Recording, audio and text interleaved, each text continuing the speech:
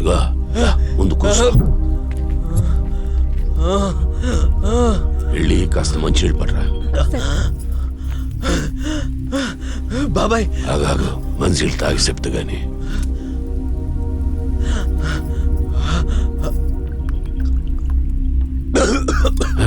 జాగ్రత్త జాగ్రత్త. బాబాయ్ మేము ఆ ఫామ్ హౌస్ లో ఉంటున్నాం. నాతో పాటు వచ్చిన అమ్మాయి కడుపు నొప్పితో ఏడుస్తుంది. నాకేం చేయాలో తెలియట్లేదు. ఇక్కడ దగ్గరలో ఎవరైనా డాక్టర్? ఎవరు లేరే. ప్లీజ్ బాబాయ్ వచ్చి సాయం చేయండి. ప్లీజ్ బాబాయ్. లోపల పెట్టరా, వెళుతాం.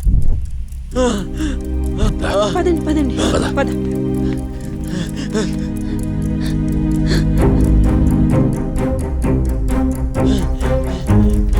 జల్దీ రండి.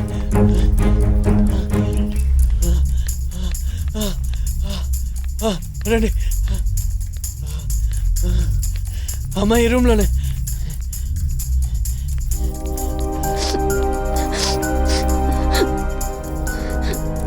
ఏమైందమ్మా? ఏమైంది?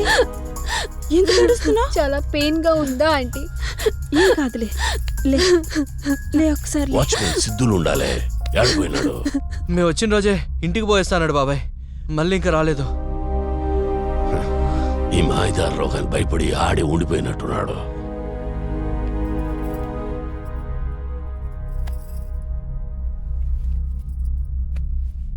రెండు రోజుల నుంచి భోజనం చేయలేదు కదా, అందుకే ఇలా జరిగింది. ఏందయ్యా ఇది? నువ్వు ఇంటికి పోయి తినడానికి ఏమైనా తీసురా పో. నేను చూసుకుంటాలే పో. అలాగే. ఏం పిల్లకాయలేయా మీరు? అవును, మీరిద్దరూ ఇక్కడికి ఎందుకు వచ్చినారు? మా ఫ్రెండ్ బర్త్డే ఇక్కడ ప్లాన్ చేశాం బాబాయ్. ఇంత దూరమా? అవును బాబాయ్, కానీ ఇలా ఇరుక్కుపోతామని అస్సలు అనుకోలేదు. ఇప్పటి వరకు తెచ్చుకున్నవన్నీ అయిపోయాయి.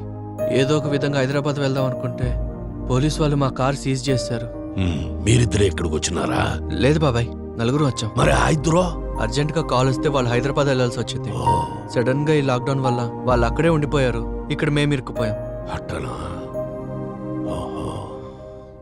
ఏమయ్యా, తెచ్చిస్తా. పాపం పిల్లలు. మిమ్మల్ని ఇబ్బంది పెడుతున్నాం. తర్వాత మాట్లాడుకుందాం, ముందు బోన్సేయండి. చాలా ఇబ్బంది పెట్టాం బాబాయ్. ఏ ఇబ్బంది లేదు.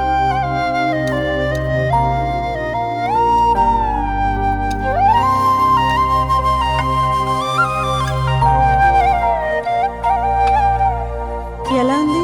కొంచెం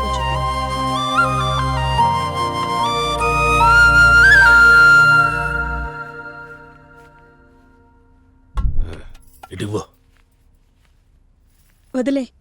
సరే, మేళొస్తాం.